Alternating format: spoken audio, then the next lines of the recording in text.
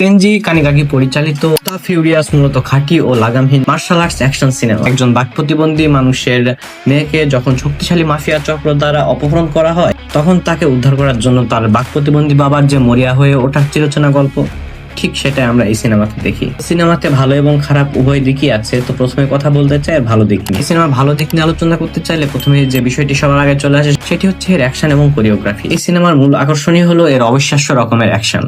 এই সিনেমাতে একই সাথে ভিন্ন ভিন্ন দেশের অভিনেতা, পরিচালক, প্রযোজক এবং বিভিন্ন কলা কৌশলী একসাথে মিলে জুডো, উশু, সালাট, মাও, থাই সহ বিভিন্ন মিক্স মার্শাল আর্টস এর কম্বিনেশন তৈরি করেছে, যার কারণে এই সিনেমাতে দেখানো হ্যান্ড টু হ্যান্ড কম্বিনেশনের অ্যাকশন গুলো এক কথায় দারুণ লাগে। মতো দ্বিতীয় যে ভালো দিকটি হচ্ছে সেটি হচ্ছে এর অভিনয়। এই সিনেমার প্রধান চরিত্র শিয়া মিয়াও এক কথায় দারুণ অভিনয় করেছেন এবং একই সাথে দারুণ শারীরিক সক্ষমতাও দেখিয়েছেন। তার সাথে জো তাসলিমের মতো দক্ষ অভিনয় শিল্পী এই সিনেমাকে অন্য উচ্চতায় নিয়ে গেছেন।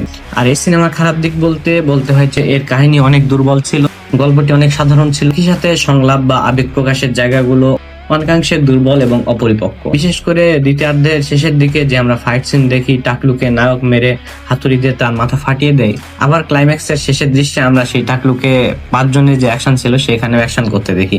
তো তাকে এরকম মারার পর কোনো স্বাভাবিক মানুষ হিসেবে পরের দিনই বা তার একদিন পর এরকম অ্যাকশন করার মতো সক্ষমতা রাখবে বলে মনে হয় না। তো যাই হোক, যারা কাহিনীর তোয়াক্কা না করে পিওর অ্যাকশন সিনেমা দেখতে চান তাদের জন্য দ্য ফিউরিয়াস সিনেমাটি অবশ্যই মাস্ট ওয়াচ হিসেবে রেকমেন্ড করলাম।